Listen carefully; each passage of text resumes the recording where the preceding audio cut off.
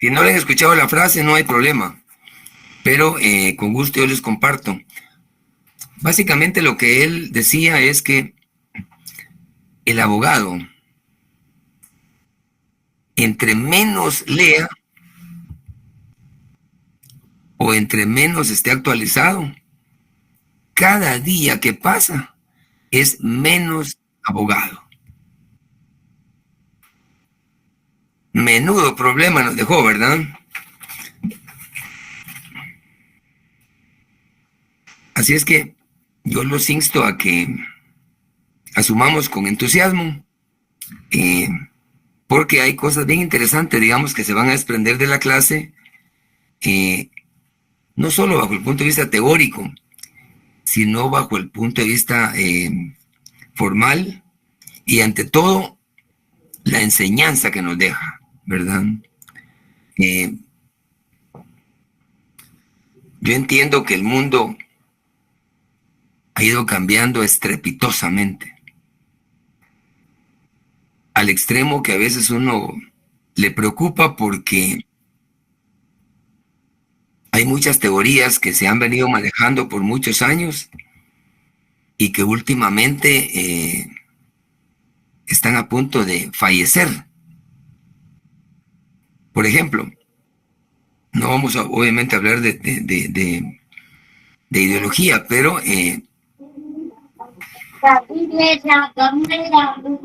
con lo que ha venido pasando en el mundo, incluso la teoría, la ideología liberal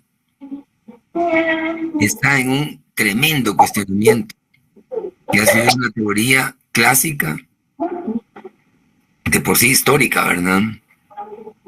Incluso el mismo Estado de Derecho se está poniendo en algún momento en juego o en duda, porque el mundo, especialmente la geopolítica, ha ido cambiando vertiginosamente. Entonces, por todo este tipo de cambios que se está dando en el mundo, que a uno realmente lo confunden porque hay cuestiones que se han venido avanzando en los mismos procesos políticos en el mundo. Perdón, licenciado. Dulce su micrófono. Y apagamos el micrófono ahí.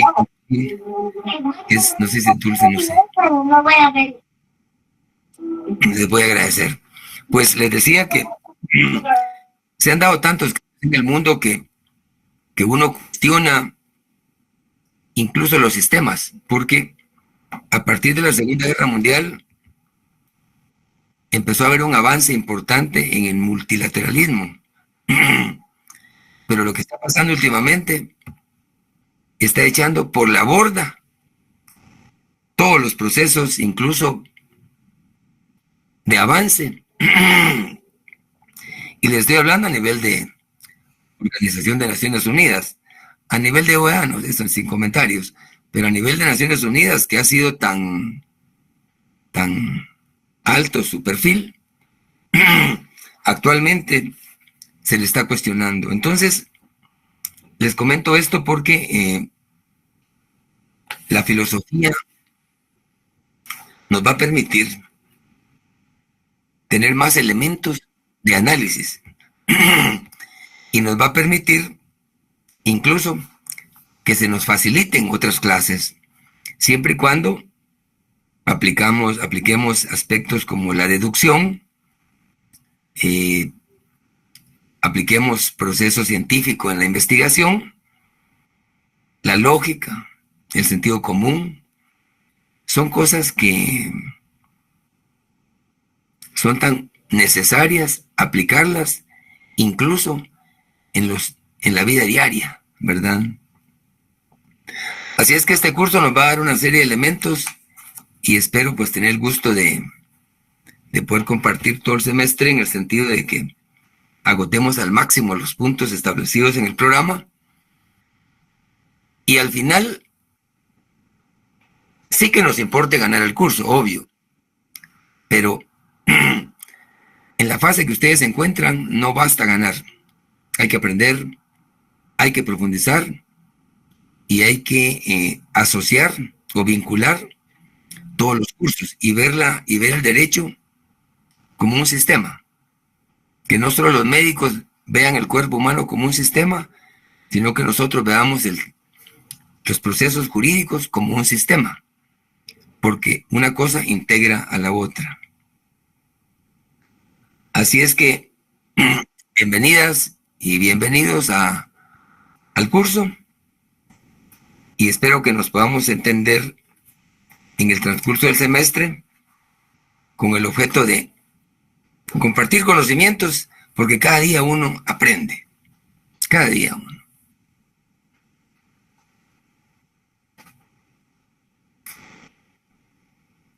El curso de filosofía, de acuerdo al programa,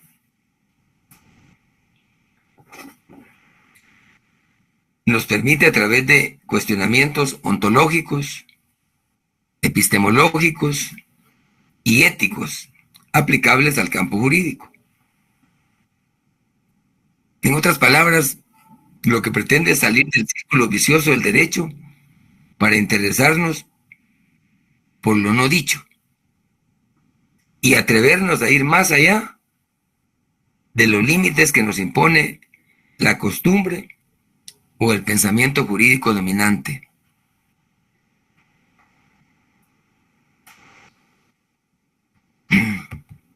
Para el efecto, la filosofía del derecho se ocupa de buscar la razón de ser, no solo los problemas teóricos, sino de cuestionar los aspectos oscuros del derecho en la práctica social. En algún momento vamos a ver algunas teorías que se contradicen, pero de eso se trata, ¿verdad? De analizarlas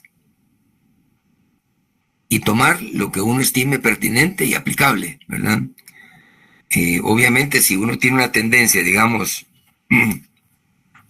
establecida, no necesariamente va a coincidir con la tendencia de otra persona. Pero lo importante es manejar el conocimiento que le permita a uno tomar sus propias decisiones, ¿verdad? Y de eso se trata. El objetivo del curso básicamente pretende que el estudiante se ejercite en la investigación de los temas filosófico-jurídicos aplicados a la realidad concreta del derecho de Guatemala.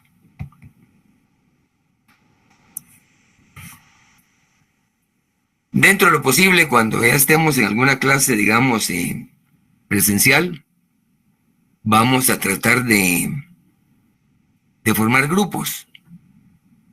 En algún momento vamos a trabajar algún tema específico y qué mejor si lo exponemos en la siguiente clase, pero eso va a ser en su momento.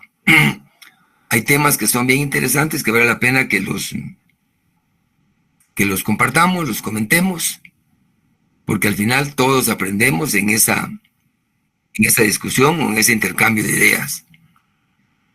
Espero que el grupo nos permita, digamos, que quepamos en los salones, porque a veces sí hay grupos tan grandes que si no se llega temprano hay problema con el lugar. Entonces, esperamos que este año haya una clase con un número prudencial con el objeto de que todos nos escuchemos, ¿verdad? Y podamos establecer conocimiento sobre el tema.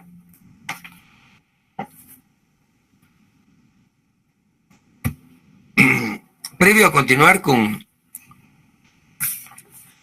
la actividad, ¿alguien me puede decir qué expectativas tienen de esta clase? En forma muy preliminar.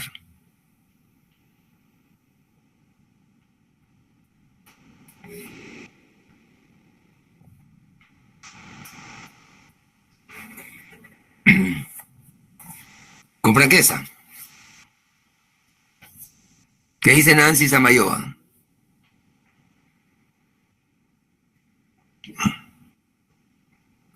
¿Cuál fue su pregunta, Ale?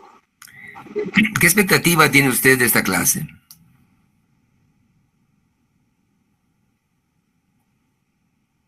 Así, en confianza, entre amigos, como lo que dice Agencias Guay.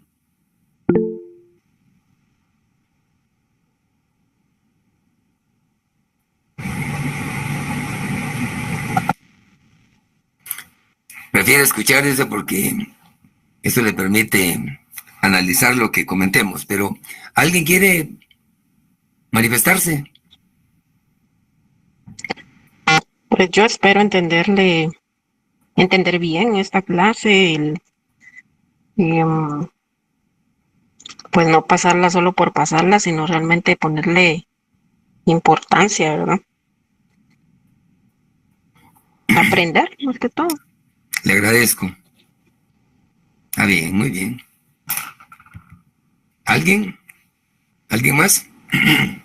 Licenciado, personalmente, yo recuerdo muy bien el curso que llevamos de filosofía, no recuerdo si fue en el segundo semestre o el tercero, pero me gustó bastante porque uno desarrollaba bastante como criterio y razonamiento. Entonces, conforme hemos avanzado en la carrera, creo que más y más es necesario eso, porque al fin y al cabo el abogado o el notario está para resolver problemas y los problemas se resuelven en gran parte con lógica y con razonamiento. Entonces, si tiene alguna expectativa, es eso, desarrollar de alguna forma un pensamiento más crítico relacionado a las ciencias jurídicas, claro. Me parece que está en lo correcto, lo felicito. Es justamente lo que se pretende, digamos, esta clase lo que pretende es como movilizarnos un poco para efectos de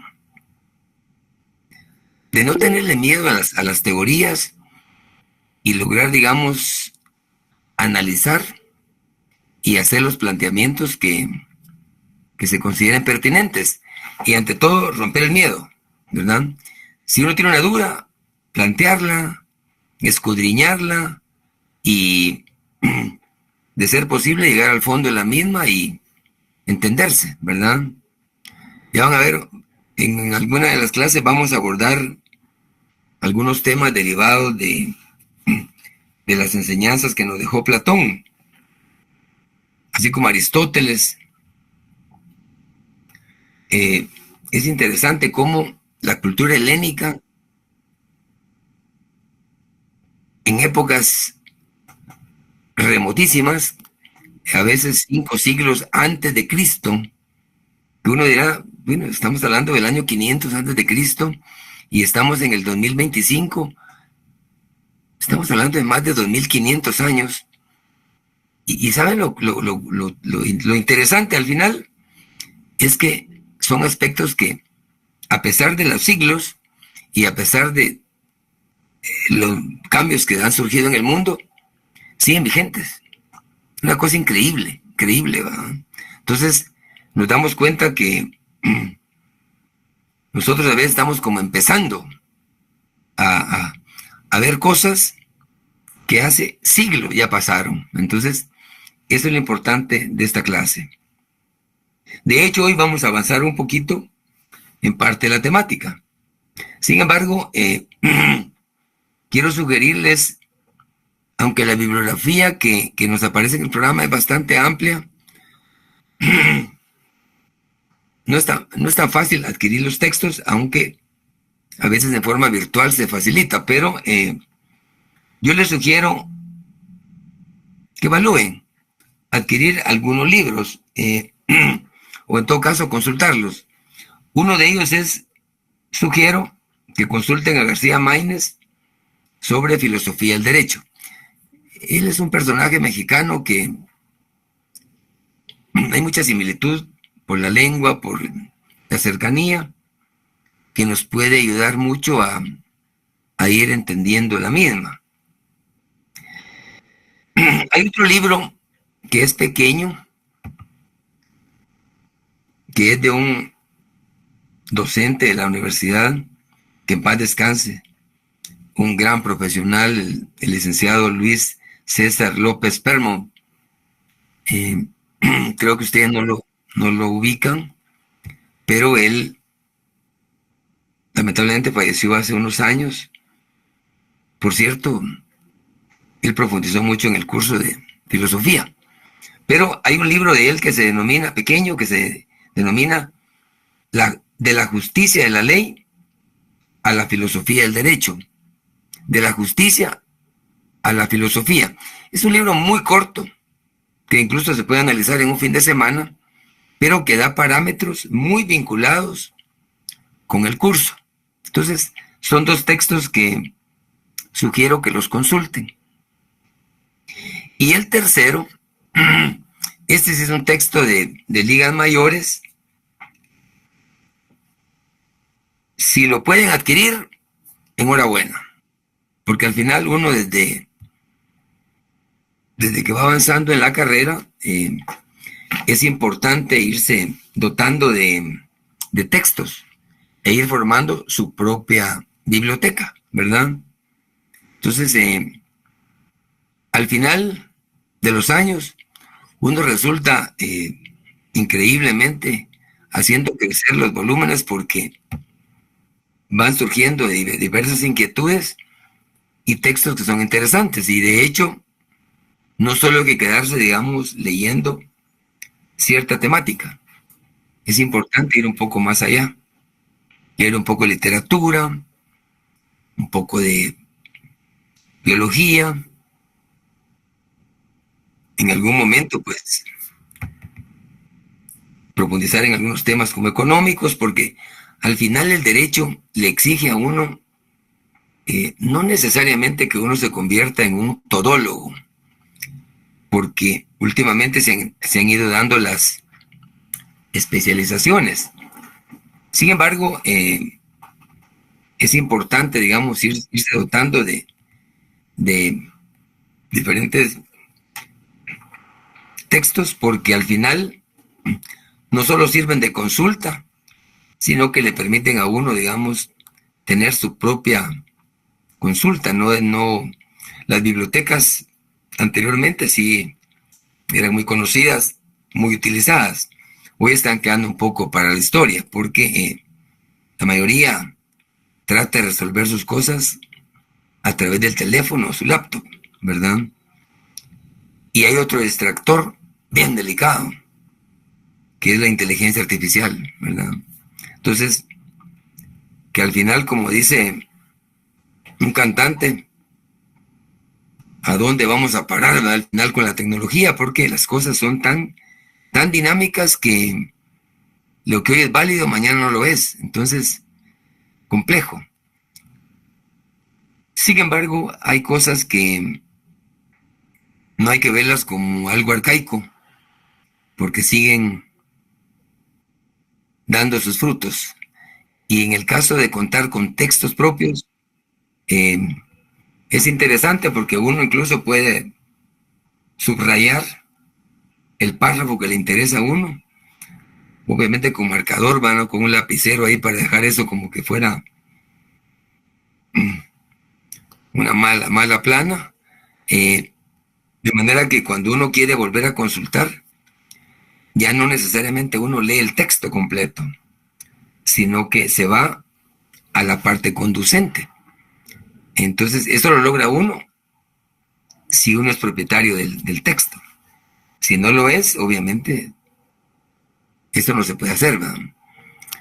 Y si se acostumbran, digamos, a leer en la pantalla, obviamente también se aprende, pero no es lo mismo, es un poco difícil porque no solo hay que tener una mayor retentiva, sino que es cansado, ¿verdad?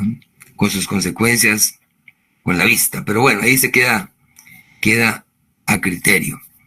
Así es que no sé si tenían alguna expectativa con un texto distinto, que obviamente aquí estamos en libertad, no podemos obligar a tomar un texto específico, pero según mi modesta experiencia, creo que con esos 3 textos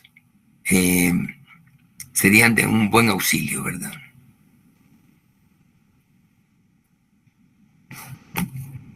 Si tienen alguna idea adicional, pues con gusto, porque podría ser que ustedes tengan un texto distinto, que tenga relación con el curso, y por supuesto que nos ayuda, porque el hecho de que sean diferentes autores no necesariamente quiere decir que, que están hablando de cosas distintas, ¿verdad?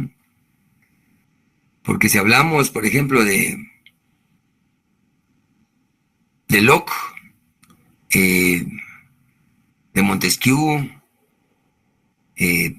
obviamente la información que tenemos de ellos, independientemente quién sea el autor, va a tener que indicar lo que ellos dejaron como legado, ¿verdad? Entonces, así es que sugiero esos textos, pero queda a su criterio. Si en su momento desean adquirirlos, pues enhorabuena. Y si no, pueden optar a otros, porque la bibliografía es muy amplia, ¿verdad? Pero sí es importante tener un referente, porque nos ayuda a profundizar un poco más, porque uno al final da algunos elementos que sirven de base. Pero lo importante es profundizar e ir más allá, ¿verdad? ¿Estamos de acuerdo?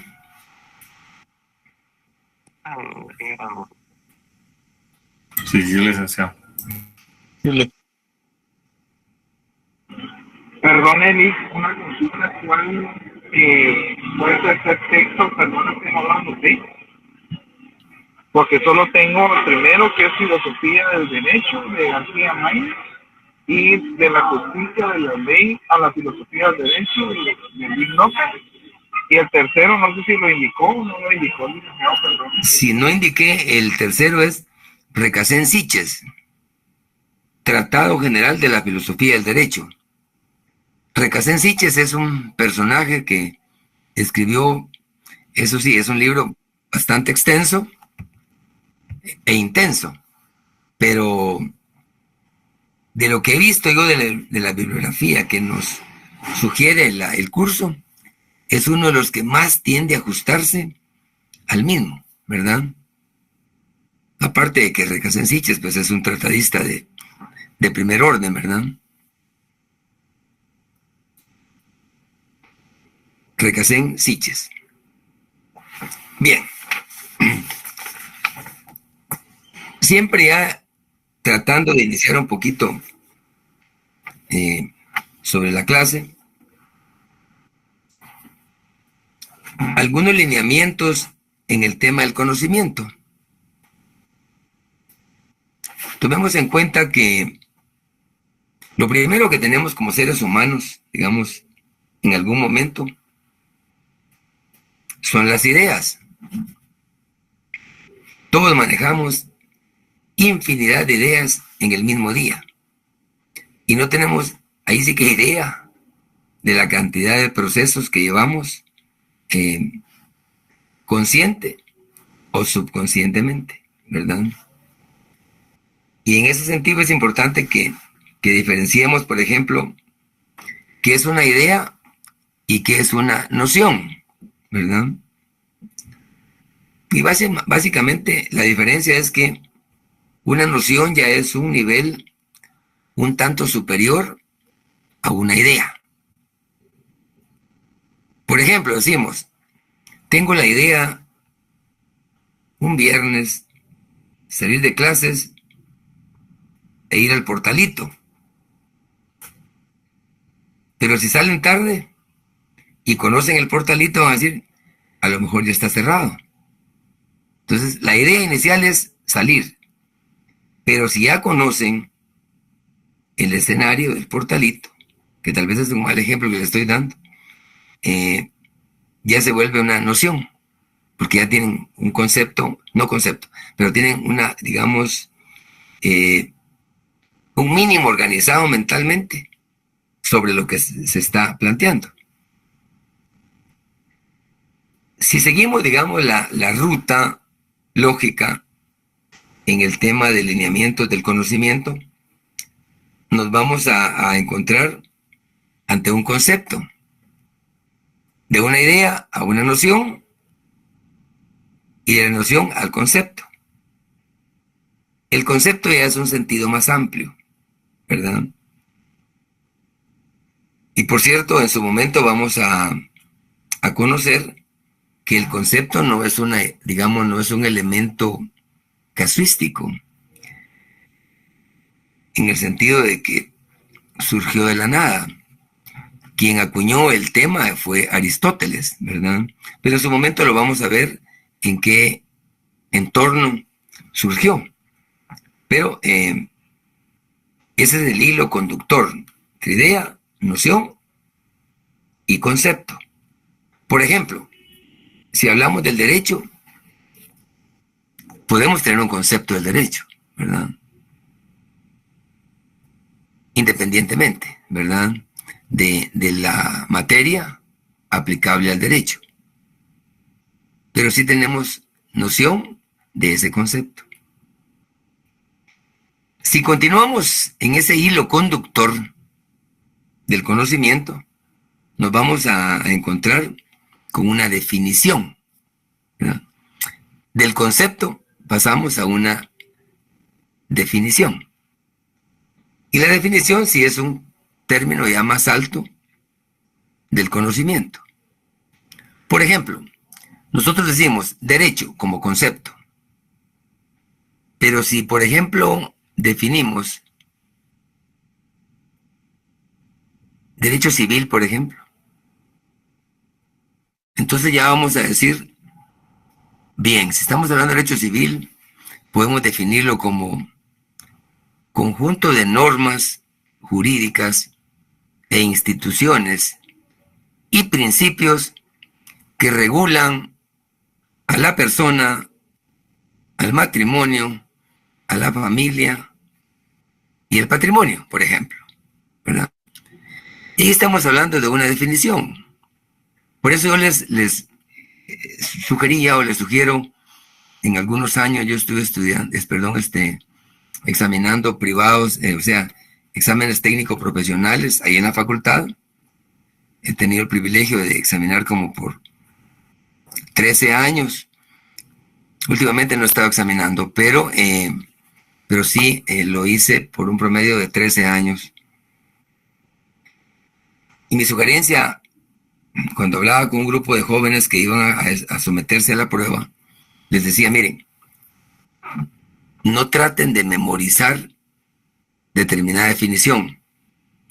Si ustedes manejan los principios, ya armar la definición del derecho es mucho más práctico. Ya sea que se pregunte qué es derecho objetivo o derecho subjetivo, o el área que corresponda, pues el derecho laboral, notarial, mercantil, internacional, ambiental, la rama que sea, ¿verdad?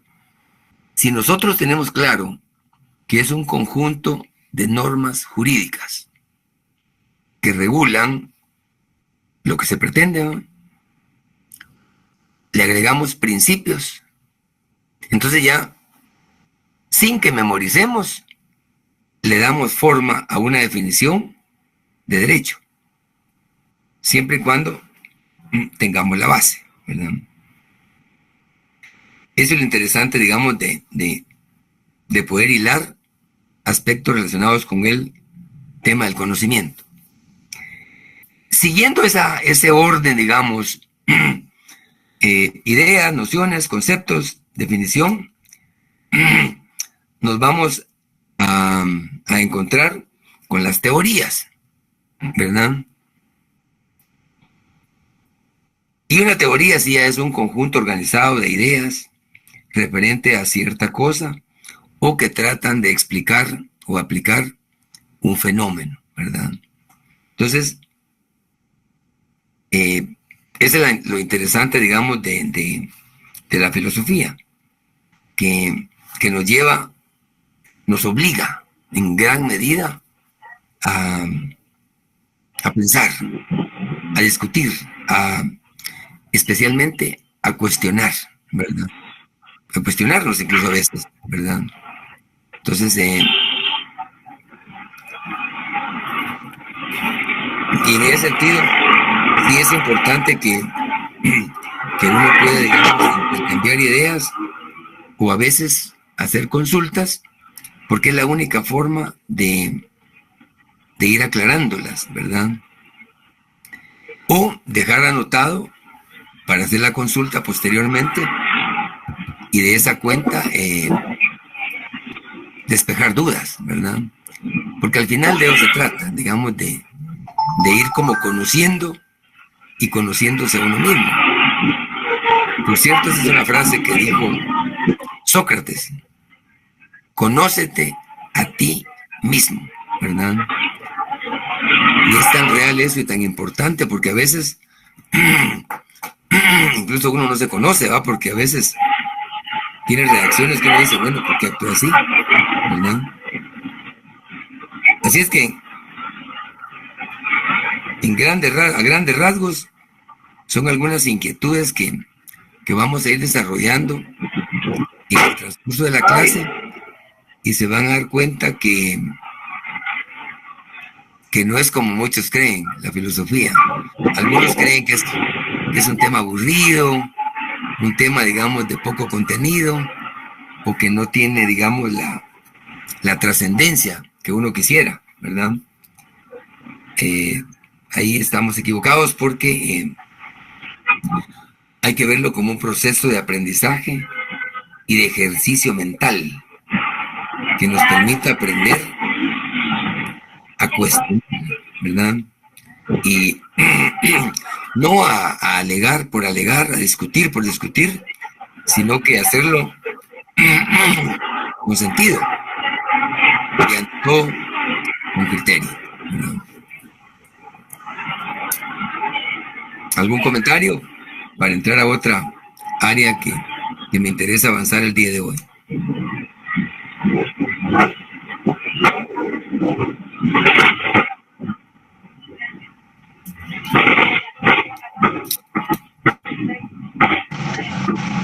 Habla tu micrófono.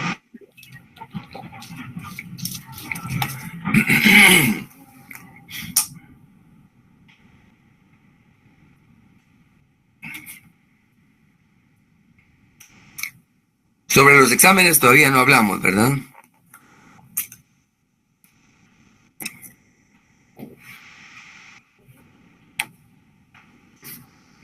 Todavía no, Lick.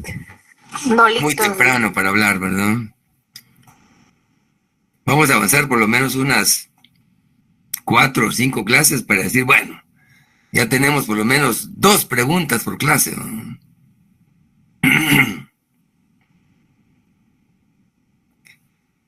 ¿Qué clase de exámenes son los que más a ustedes les ha interesado en el desarrollo de la carrera?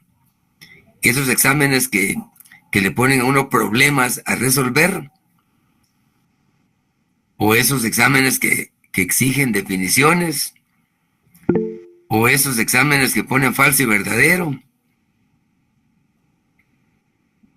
¿Qué tipo de exámenes son los que más les apetecen? Licenciado, muy buenas noches. Buenas noches.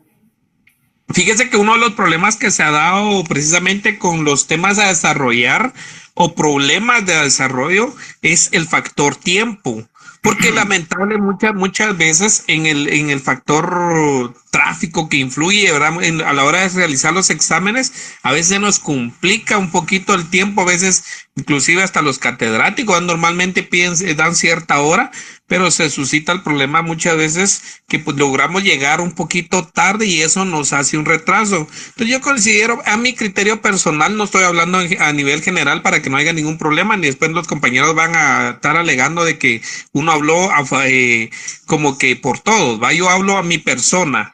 A mí se me hace mucho más fácil los falsos verdaderos y algunas veces respuestas múltiples. Como le digo, en mi caso ha pasado por el factor tiempo de tráfico, licenciado, mi humilde opinión. Sí, Lick, yo apoyo el comentario del compañero. Licenciado, yo tuve una experiencia donde tuve que pedir revisión de examen porque no se había entendido mi letra. Entonces me habían puesto algunas respuestas como malas y en realidad solo fue que se había leído mal. Entonces también apoyo el tema de selección múltiple o falso y verdadero.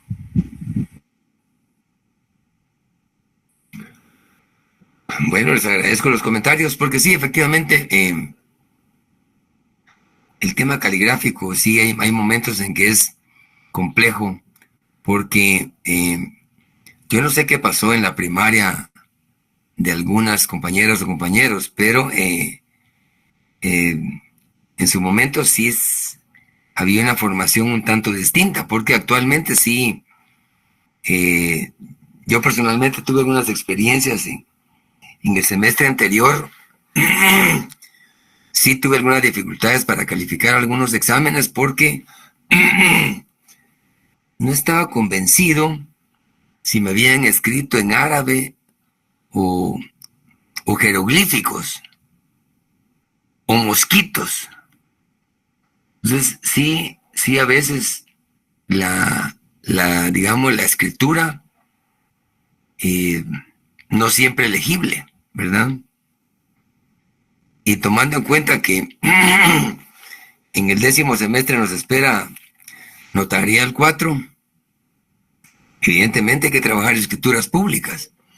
Y las escrituras, parte del tema es redactarlas, ¿verdad? Entonces, el tener una mala letra en algún momento sí nos complica, ¿verdad? Porque no son legibles, ¿verdad? Entonces, no solo es cuestión a veces de interpretación, sino de asimilación, porque hay letras sí, no sé si es porque estuvieron algunos semestres estudiando medicina o qué, pero sí, a veces sí hay problemas de legibilidad. Sin embargo, no, la idea, digamos, en esta clase es preguntar lo que se considera pertinente. Y yo soy del criterio que se pregunten aspectos que se han visto.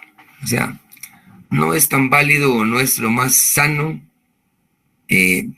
preguntar cosas de Venus o de Júpiter porque estamos en la Tierra. Entonces, muchas veces sí, a veces surgen algunos cuestionamientos que van más allá y que en algún momento uno lo puede hacer, pero tal vez en una práctica, porque el conocimiento es tan amplio que nadie puede decir que lo sabe todo. Uno va aprendiendo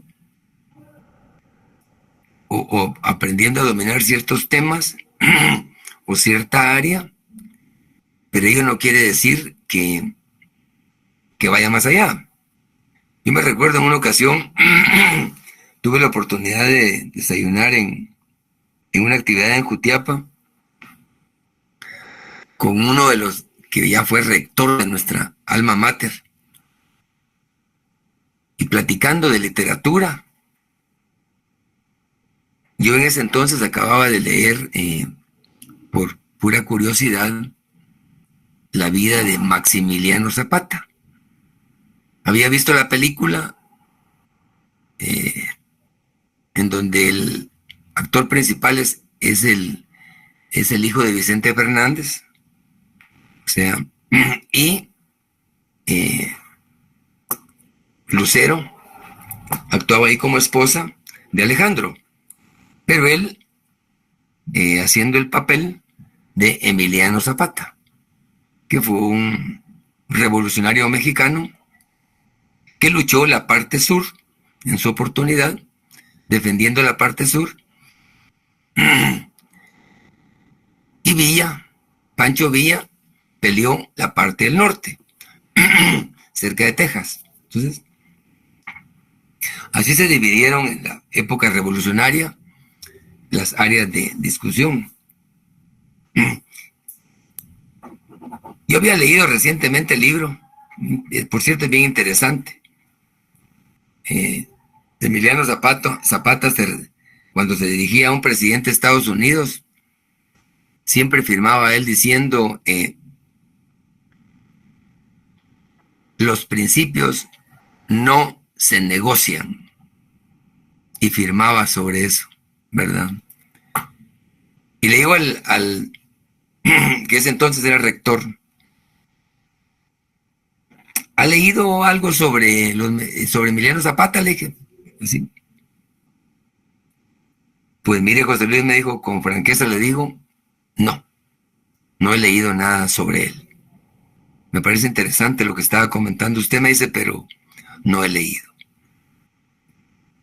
Lo cual no le puede extrañar a uno, porque uno no necesariamente va a tomar, digamos, la lectura que al compañero le gusta, ¿verdad? Entonces, por cultura general sí es importante tratar de tener una cobertura adecuada, ¿verdad? Especialmente con nuestros literatos, ¿verdad? Pero les comento esta experiencia porque cualquiera diría, caramba, el que es rector es una persona que ha pasado muchos procesos académicos y que tiene una cultura general muy amplia, lo cual regularmente es así. Pero no tenemos obligación de saberlo todo. Bien. Lo que hemos hablado es nada más la introducción, así es que ahorita vamos a empezar a dar la clase. El día de hoy deseo brevemente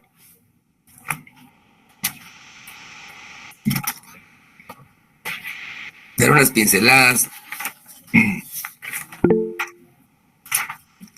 sobre un filósofo que se llamaba Jean-François Lyotard. Él escribió mucho sobre... ¿Cómo? Perdone que le interrumpa. Algo sobre la clase, tenía duda. ¿Usted va a dejar trabajos? Que si voy a dejar trabajos. Sí, en el transcurso del semestre. Sí, en algún momento, por eso les decía que en la primera clase que tengamos presencial, vamos a tratar de aprovecharla para formar grupos, ya sean grupos afines o simplemente de acuerdo al número, porque todo va a depender también de la cantidad de estudiantes que estén asignados. En este momento están conectados 227, lo cual ya implica que es un número importante, no pequeño, ¿verdad? Cuando comparamos dar una clase en una universidad privada, hace poco me decía un amigo, hablábamos de los alumnos que él tiene en su clase, y me decía, yo tengo bastantes, vos, me dijo. ¿Cuántos tenés? Le digo, tengo 25, me dice.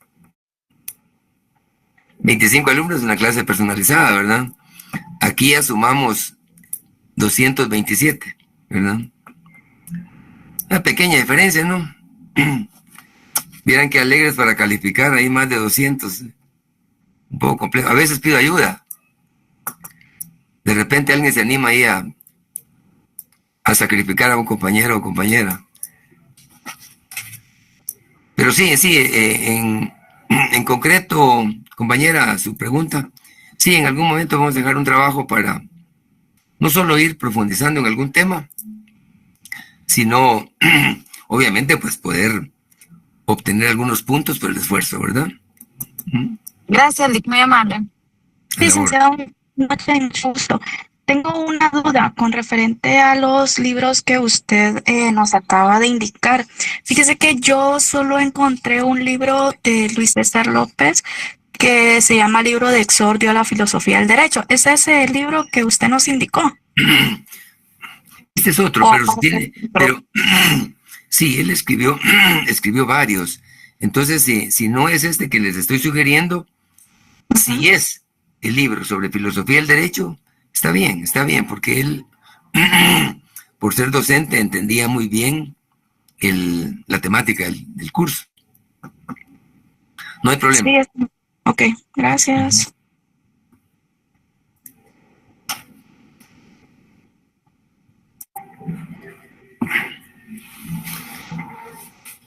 Bien, en cuanto a lo que decía el filósofo Lyotard, el libro es bien interesante, digamos, lo que yo les voy a compartir acá es un resumen extremadamente sucinto del libro, ¿verdad?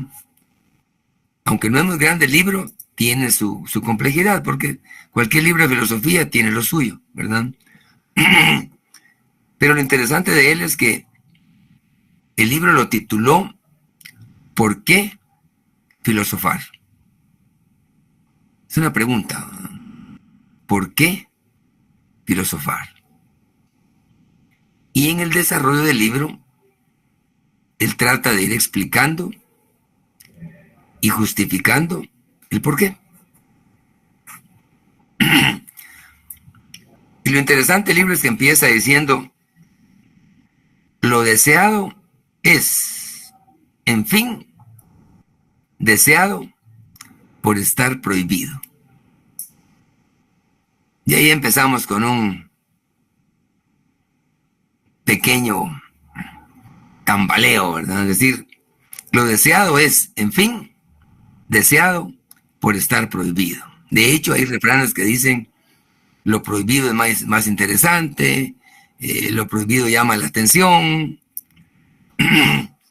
aunque aquí no va por esa línea, pero él nos dice que el deseo no es más que esta fuerza que mantiene juntas, dice, sin confundirlas, la presencia y la ausencia.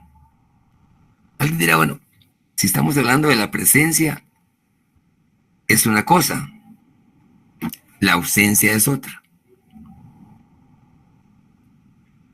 Pero esa es parte, digamos, de la discusión y es parte de lo que nos orienta, digamos, a filosofar. La búsqueda, el reto. Y el autor plantea un ejemplo de análisis, dice, si uno se enamora de una mujer porque ella es amable, dice, o si es amable porque uno se ha enamorado de ella. Él nos dice que estamos ante una categoría de la causalidad. Lo deseable sería causa del deseo o viceversa. Aquí nos plantea un ejemplo. Dice, si uno está enamorado de una mujer porque ella es amable, es decir, a uno de hombre le da el mensaje, está enamorado porque es amable yo me enamoré. O si es amable, porque uno se ha enamorado de ella. Entonces hay una pregunta, ¿no? ¿Qué creen ustedes que es lo que más predomina en este caso que él plantea? Porque está hablando de una categoría de causalidad. Aquí está en juego el deseo.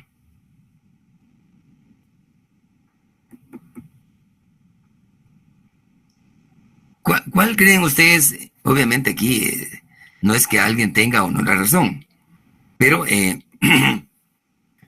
¿se enamora uno porque es amable? ¿O es amable porque uno se enamoró? Ejemplo. Buenas noches, licenciado. Buenas noches. Pienso yo que es la primera, porque ¿cómo va a saber uno de que la persona se enamoró por ser amable? Entonces, creo yo que por la amabilidad viene el amor, pienso yo. Sí, es una interpretación. Sí. La amabilidad como una característica que la hace, digamos, atractiva, ¿no? Por ejemplo, puede interpretarse bajo ese punto de vista. Lo que el filósofo quiere no es que los deseos, dice él, sean convencidos o vencidos, sino que sean examinados y reflexionados. Aquí es interesante porque no se trata de que un deseo, digamos, le convenza a uno o que uno lo venza. Lo que el filósofo, lo que él plantea es la importancia de reflexionar. Y eso se aplica en todo momento. Por ejemplo, En este momento estamos pasando una situación bien difícil, obviamente a nivel mundial, pero como guatemaltecos en particular, cala, presiona o impresiona lo que les está pasando a los compañeros o a los paisanos, ¿verdad? Migrantes que se han ido ilegalmente a Estados Unidos. Está pasando una tragedia. Escondidos, buscando refugio, buscando cómo evitar el contacto con las autoridades, porque saben que en cualquier momento los pueden encarcelar. Es un tema real del país que amerita reflexionar para evitar que nuestra gente arriesgue su vida por no encontrar condiciones en nuestro país como parte de, ¿verdad? No siempre es eso. Pero continuando con la ruta de Lyotard, dice, filosofar, dice, no es desear la sabiduría, es desear el deseo. Parece contradictorio, ¿verdad? Desear el deseo. No es desear la sabiduría, aunque, como vamos a ver, es importante saber, digamos, para empezar, qué es filosofía, ¿verdad? ¿Alguien me podría decir con sus palabras qué entiende por filosofía?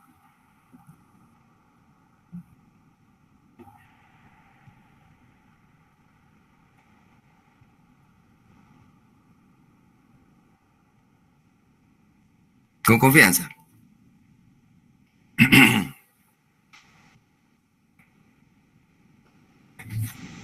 Bien, Buenas noches, licenciado. ¿Cómo? Buenas noches. Quería opinar sobre, para mí, qué es la filosofía. Es una rama del derecho que nos permite de manera crítica poder disertar algunos temas que tengan que ver, por ejemplo, en el área del derecho, en nuestro caso, que es a lo que nos compete. Entonces, la filosofía es una forma de expresar nuestras diferentes formas de pensamiento y pues de alguna manera llegar a un equilibrio, a un consenso para que podamos nosotros ejercer nuestro propio juicio crítico en relación a determinados temas. Sí, interesante, sí, justamente. Justamente hacia ahí vamos. Eso es lo que pretende, digamos, generar juicios críticos, ¿verdad? Con sentido, con origen, con sustento. De hecho, la carrera exige, digamos, que seamos cuidadosos hasta para presentar un memorial. Hay ocasiones en que algunos profesionales creen que escribiendo 5 páginas van a convencer al juez. Y tal vez lo que necesitan es media página, ¿verdad?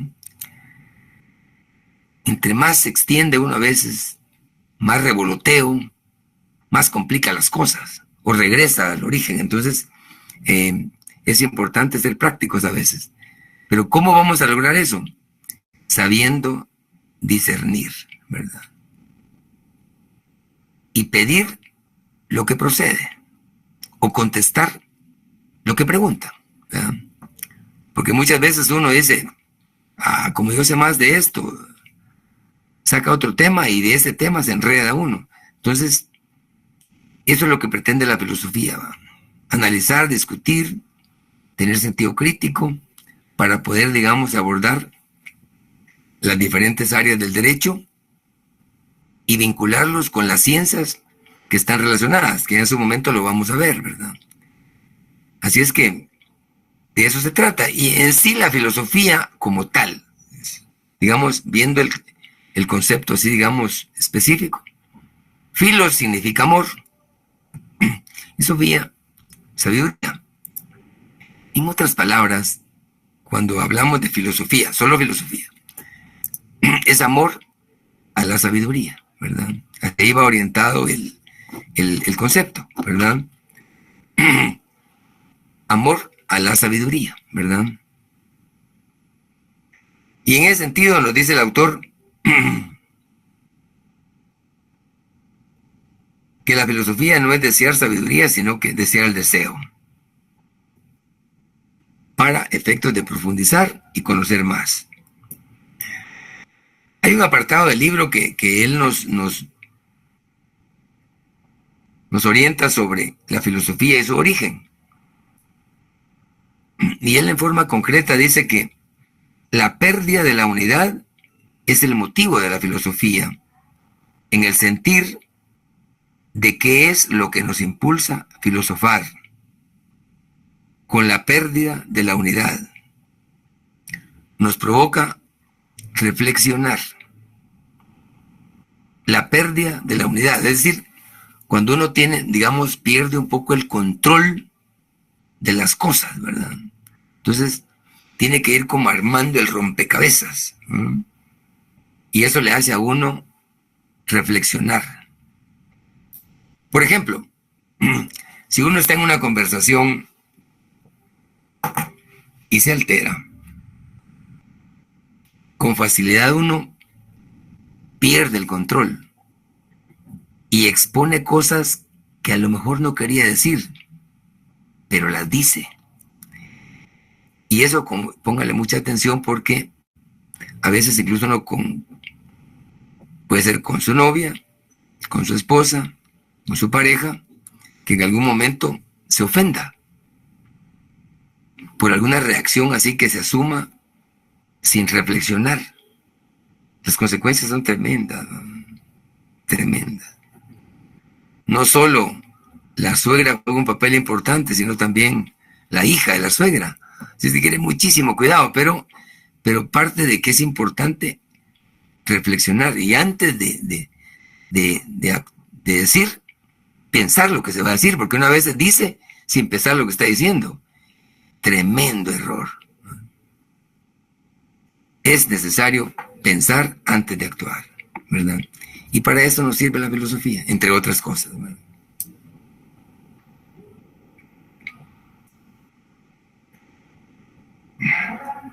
Les decía que el autor nos dice la pérdida de la unidad es el motivo de la filosofía, el sentir, reflexionar. Y él nos dice que la unidad de la falta de unidad, miren que parece un contrasentido, decir la unidad de la falta de unidad es lo que hace desplegar el abanico de la historia. ¿Cómo entendemos esto que diga la unidad de la falta de unidad? ¿Les parece un contrasentido o hace clic en generar inquietudes?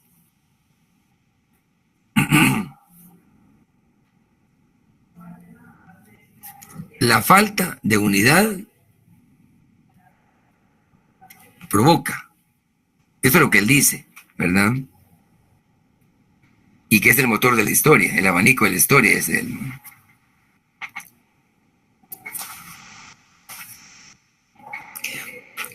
Para ir haciendo un poco más comprensible lo que este autor nos dice, que no es tan sencillo el entenderlo, pero vamos a intentar, digamos, explicar un poco. Él va aterrizando un poco y nos dice algunos aspectos sobre la palabra filosofía. Y dice, si al hombre se le considera no solamente medida de las cosas, todo está permitido. Esta frase la dijo Protágoras. El hombre, ustedes han escuchado, en cualquier libro de historia, de filosofía, van a encontrar la expresión, el hombre es la medida de las cosas. Lo que quiere decir es que cualquier cosa puede surgir de una mente, cualquier cosa. Y de hecho, lo vemos en toda sociedad. hay gente exitosa, hay gente fracasada, hay gente cuidadosa, gente desordenada, hay gente muy planificadora, hay gente que no planifica ni el día. Entonces, a eso se refiere Protágoras cuando dice: el hombre es la medida de las cosas, ¿verdad?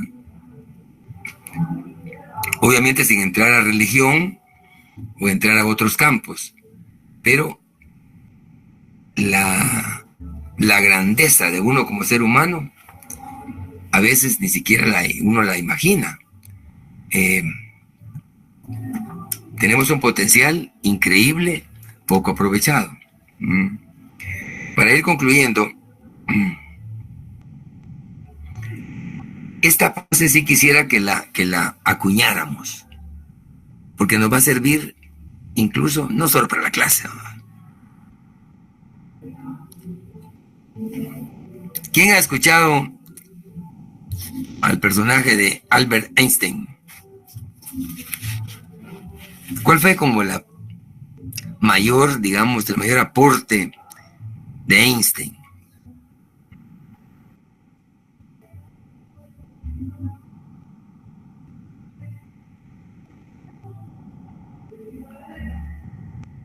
¿Qué es lo que ubicamos de Einstein?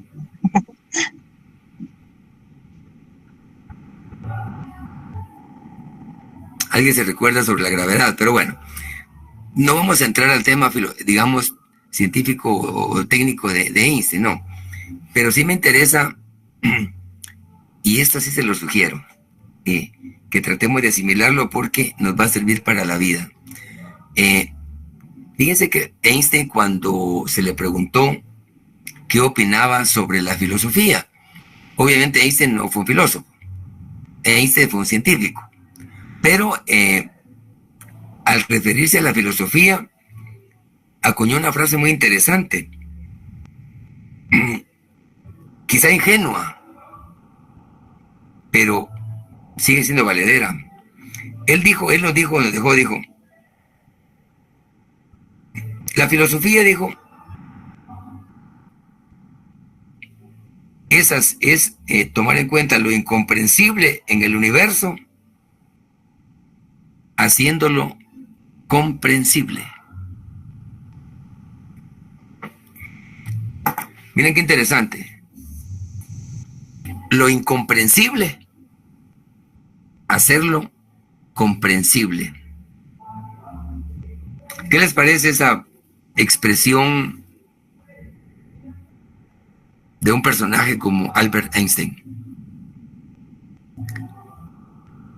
Lo incomprensible, hacerlo comprensible. ¿No les parece que es un menudo trabajo que nos dejó? Sí, bastante.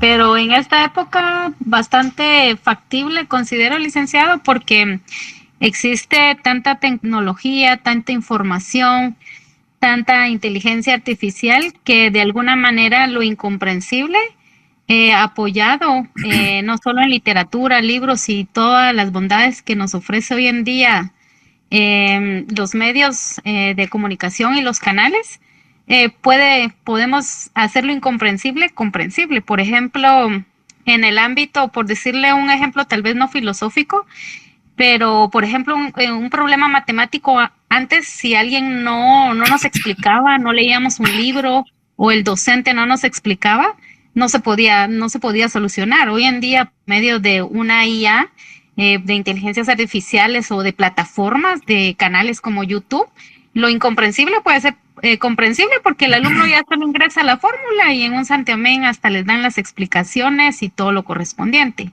Entonces considero que hoy en día sí es muy factible que lo incomprensible lo hagamos comprensible en todos los ámbitos. Interesante. Digamos, ahí usted lo que está haciendo es aplicando, digamos, la tecnología como una forma de resolver una duda o una inquietud o un problema algebraico o de lo que surja. Sí, efectivamente. Obviamente hay que tener mucho cuidado con el tema tecnológico, porque no todo lo que aparece en las redes es real. Hay muchísima información falsa. Es bien delicado, o sea, quiere mucho cuidado porque en algún momento uno hasta se alarma sobre ciertas cosas que no existen, ¿verdad? Y en ese sentido, sí es inquietante, digamos, los cambios que se han dado en el mundo, y que esto va a seguir, pues esto es una cuestión de no parar, ¿verdad? Lo ve uno con los modelos de un auto, cualquier cosa. Cada año va superando al siguiente y las cosas se vuelven a veces hasta desechables, ¿verdad? Entonces, con facilidad. Pero sí, digamos, haciendo un buen uso de la tecnología, por supuesto, ayuda a despejar una serie de aspectos, ¿verdad? Cosa que cuando Einstein habló de esto, evidentemente eso no existía, ¿verdad? Bien, para ir finalizando... Licenciado, ¿Sí? perdone, esta última frase que usted mencionaba, si se aplica al derecho, podría ser, por ejemplo, cuando se habla en terminología jurídica, traducirla de una manera comprensible para un usuario que no habla la misma terminología. ¿Podría ser así? Sí, podríamos aplicar, digamos, dejar de utilizar, por ejemplo, términos latinos o explicar en palabras más sencillas algunos términos de derecho. Por ejemplo,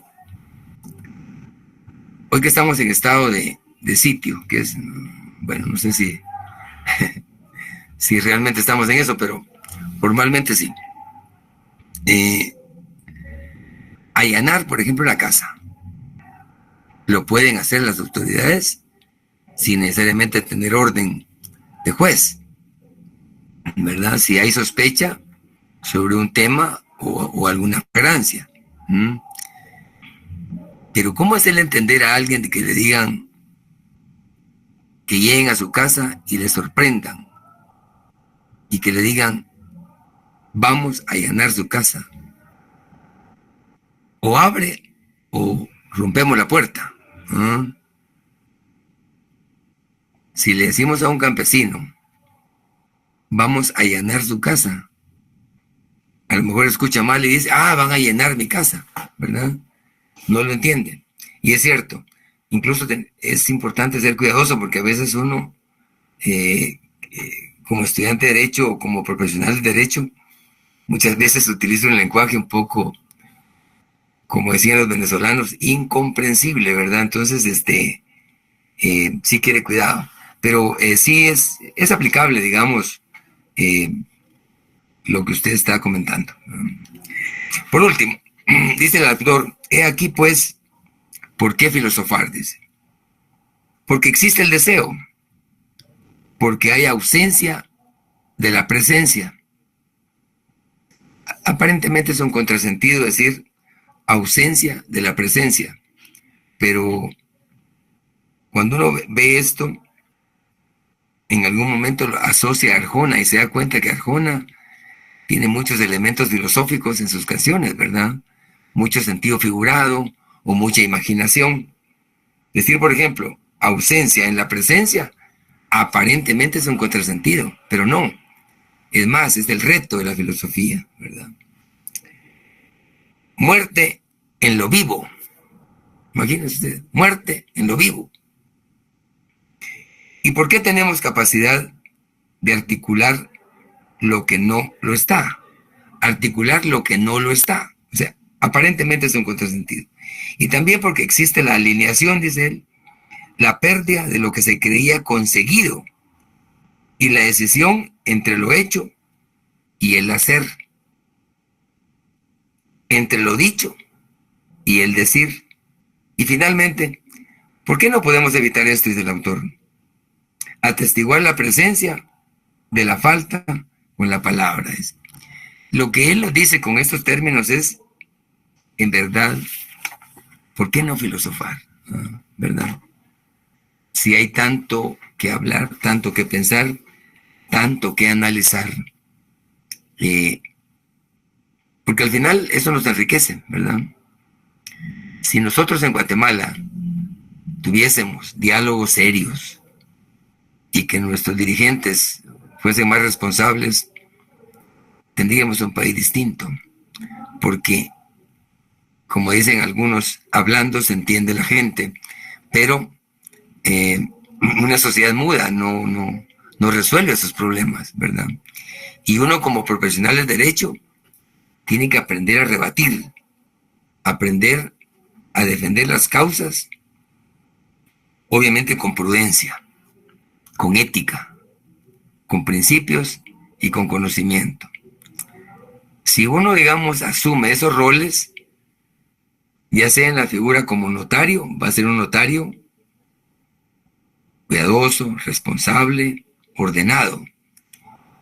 Y si se cambia a la figura de abogado, va a ser un abogado, digamos, serio, un abogado que asuma un caso con seriedad y que agote sus conocimientos para defender una causa, ¿verdad? Entonces, para ello sirve la filosofía, para pensar, para reflexionar, para analizar, para conocer, ¿verdad? Y ante todo, como dijo Sócrates, conócete a ti mismo, ¿verdad? Por ahí debemos de empezar, ¿verdad? Así es que nos quedamos por ahí el día de hoy. Espero que no quedemos confundidos o que en la próxima clase ya se conecten menos, ¿verdad? Porque la idea es conocer un poco más y, digamos, profundizar en las ideas, discutirlas, ¿ah? Esta es la gran bendición de nuestra querida alma mater, no solo la libertad de cátedra, las autoridades que tenemos, muy responsables, muy interesadas en que el estudiante salga un buen profesional, porque el reto que le espera a uno en la calle no es tan fácil. Este año es un año muy interesante. Van a haber muchos cambios en el país. Cambio de magistrados al Tribunal Supremo Electoral, cambios ante la Corte de Constitucionalidad, cambios de Fiscalía General, cambio de Contralor de Cuentas, cambios en el Consejo Superior Universitario. Entonces, tenemos una serie de retos que hacen que este país siempre sea alegre, ¿verdad? Así es que un gusto de saludarlos y compartir esta primera tarde y espero que sea un semestre de éxito. Que Dios les bendiga, ¿oye? Gracias, licenciado.